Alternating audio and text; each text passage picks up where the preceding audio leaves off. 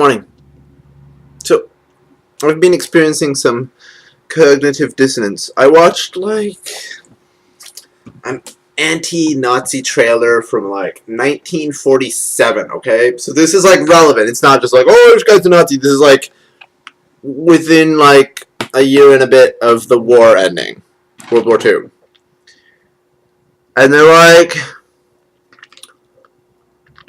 Nazis split up society by, saying, you, the individual, your country belongs to you alone, and Jews and blacks and Freemasons and unionized people and etc. They're all stealing your money because that money rightfully belongs to you, or something like that, and the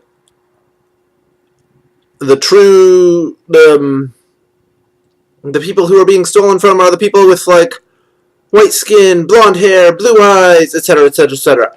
And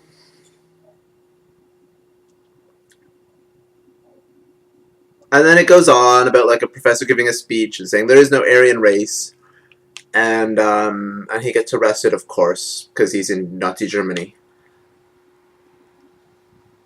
And there's no scientific evidence that any man is superior to another. So,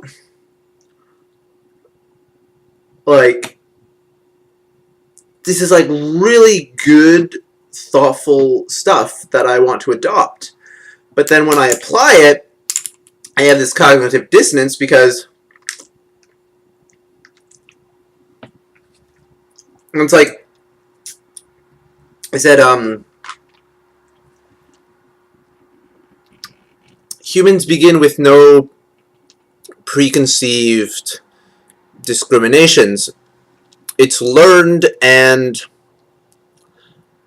anyone who's trying to tell you that one group is inferior to another is trying to sell you something or scam you. And I'm that's really deep.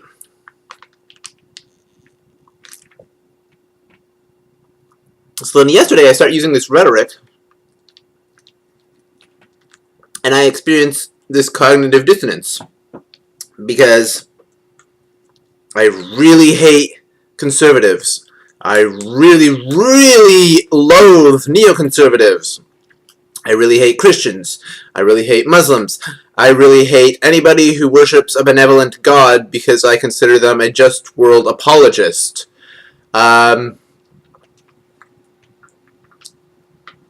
The list goes on. I hate anyone who supports animal cruelty by buying any meat products.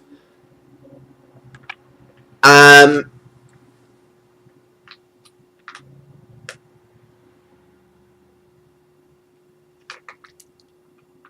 that's in direct contradiction with this idea that, well,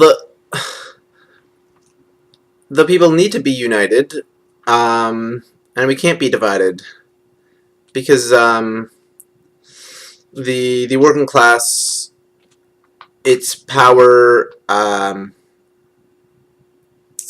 it does have more power than whatever government is in power today or tomorrow.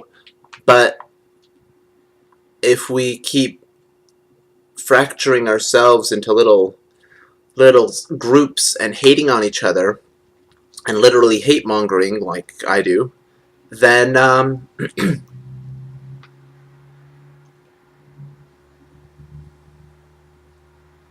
then it's we're just letting people con us into blaming each other rather than fighting on policy issues.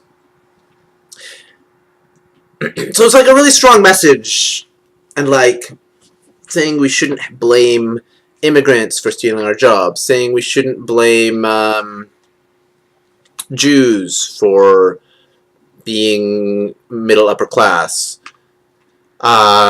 saying we shouldn't blame Christians for having their own belief system, we shouldn't blame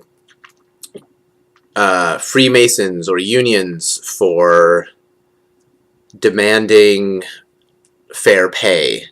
And it's like,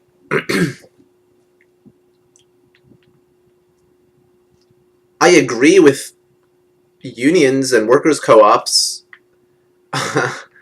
that like immediately red flags me as some sort of communist, but workers' co-ops have nothing to do with communism. It's a socialist idea.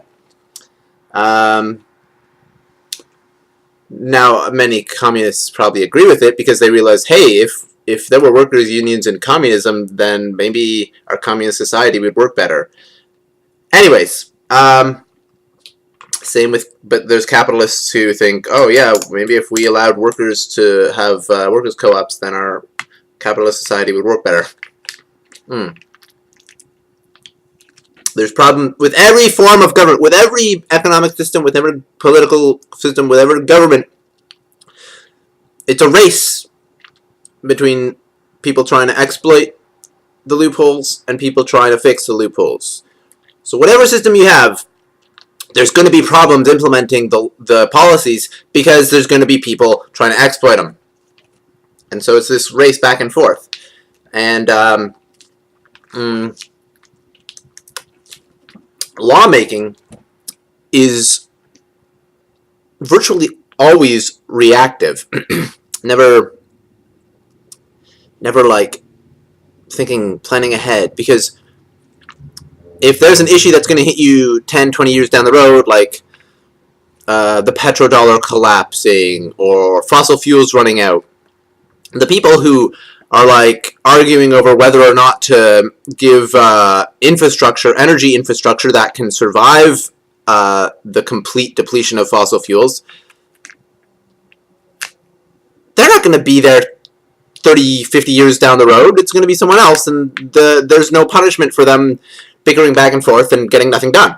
The people who are arguing about, like, should we let Asian countries have their own currency? Should we let Gaddafi have his own currency? Or should we just keep on inflating the American dollar with the petrodollar because and tying American money into other countries, and then just keep printing other money by having an oil monopoly? And the people who see the economic collapse coming once the petrodollar collapses, are they going to be around it? Well, they're fucking untouchable because they're fucking rich, and no one's gonna topple the American government because the people don't give a fuck, and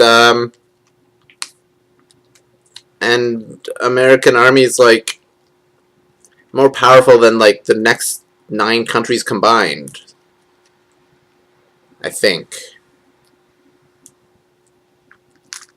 No, higher budget than the next 9 countries combined. So, or was it 7? I don't know, but American military is like just incomparable. It's like there are no other world superpowers. It's just the U.S. and then there's like major powers. There's like economic powers, but there's no like military superpower like the U.S. Anyways, so yeah, I have this cognitive dissonance because I have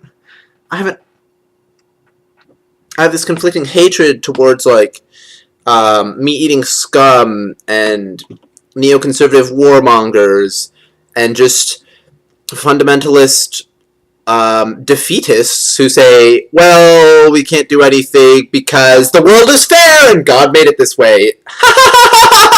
So, fuck those guys, because like, circular logic isn't a worldview. It's just, I hate it when people are like, we should not stand up for human rights because God created the world this way. It's fucking ridiculous. So that makes me a bigot for resenting, for being against